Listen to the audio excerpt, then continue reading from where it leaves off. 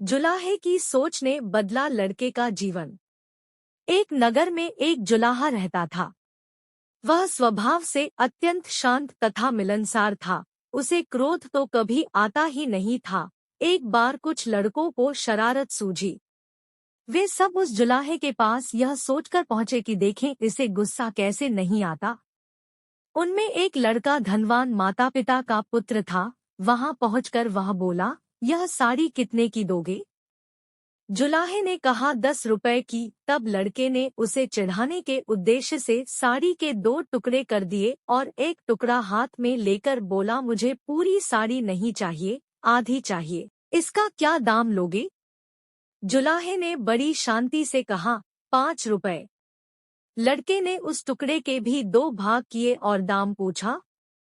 जुलाहा अब भी शांत, उसने बताया 2.5 रुपए। लड़का इसी प्रकार साड़ी के टुकड़े करता गया। अंत में बोला, अब मुझे यह साड़ी नहीं चाहिए, यह टुकड़े मेरे किस काम के? जुलाहे ने शांत भाव से कहा, बेटे, अब यह टुकड़े तुम्हारे ही क्या, किसी के भी काम के नहीं रहे। अब लड़के को शर्म आई और कहने लगा, मैंने आपका नुकसान किया है, मैं आपकी साड़ी का दाम दे देता हूँ।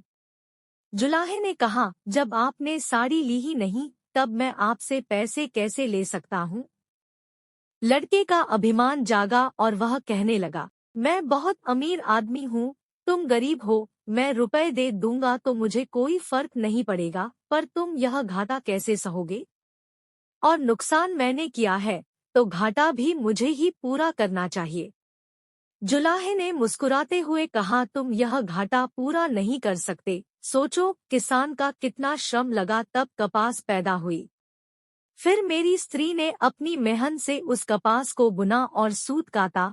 फिर मैंने उसे रंगा और बुना। इतनी मेहनत तभी सफल होती जब इसे कोई पहनता, इससे लाभ उठाता, इसका उपयोग करता, पर तुमने उसके टुकड़े टुकड़े कर डाले। रुपयों से यह घाटा कैसे पूरा होगा?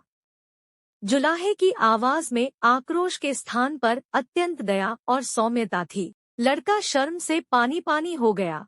उसकी आंखें भर आई और वह जुलाहे के पैरों में गिर गया।